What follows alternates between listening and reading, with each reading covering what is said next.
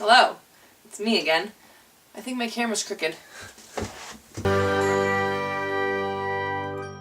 that better?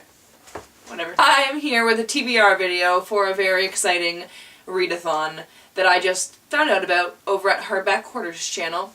So it is called the Emoji-A-Thon, and if you can't tell from that name, it is a readathon about emojis.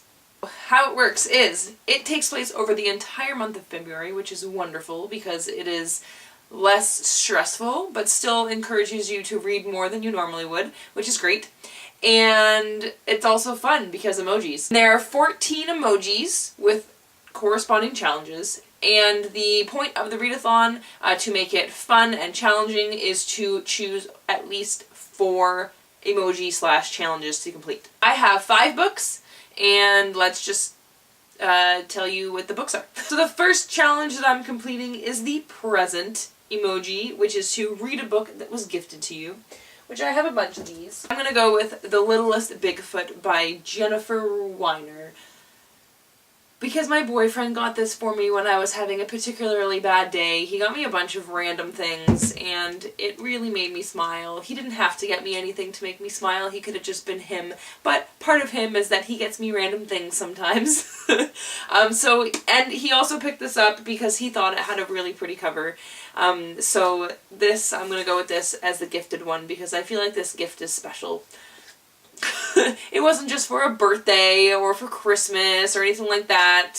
So, yeah. The next challenge that I am going to do is to read a futuristic/sci-fi book, and also I feel like I can also cover the read a book you bought because of its cover challenge. The 1000th Floor by Catherine McGee. This was also gifted to me too, by the way, but it was just a birthday present from my dad. And I originally, when I first saw this book, people were talking about it on BookTube, I was like, I need that book on my shelf because it's gorgeous. And then I found out what it was about, and I felt justified for wanting it on my shelf at least. I'm gonna go with this for the pretty cover, and also the futuristic because this takes place in the future, in a apartment building that's 1,000 floors tall, and a bunch of stuff happens. The next challenge that I'm going to complete is for the clock emoji, which is to read a book in under 24 hours.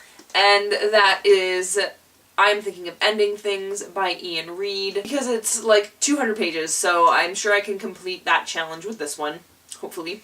The next challenge that I'm going to complete is the heart emoji, which is to read a romance or contemporary. So I decided to read Little Black Dresses, Little White Lies by Laura Stampler.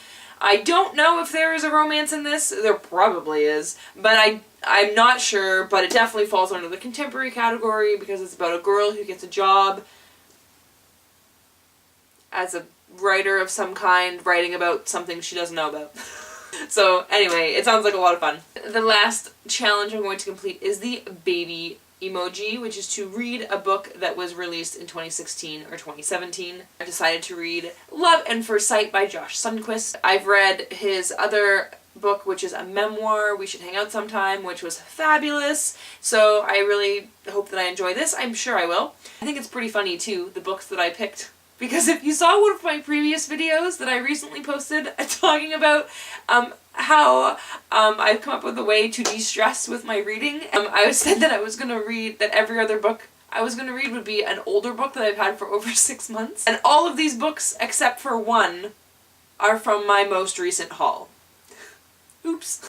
Anyway, those are my books that I'm going to read. So I hope I can do it. I'm going to try, obviously. That's what this video is for. I am going to Ottawa for 3 days though, which I'm probably not going to be reading at all for those 3 days. I mean, maybe a little bit. I wish I could read in cars because I would have 6 hours to read in the car, but I get car sick when I read in the car, like horribly. So unless we take the highway, if we take the highway, I might be able to read in the car because it's just going straight.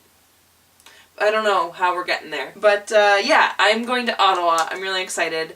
Also, let me know if you want me to post like a vloggy type video from Ottawa, because we're going out for Winterlude, which is exciting. So it better be wintry. It better not be frickin' 3 degrees like it has been for the last week and a half.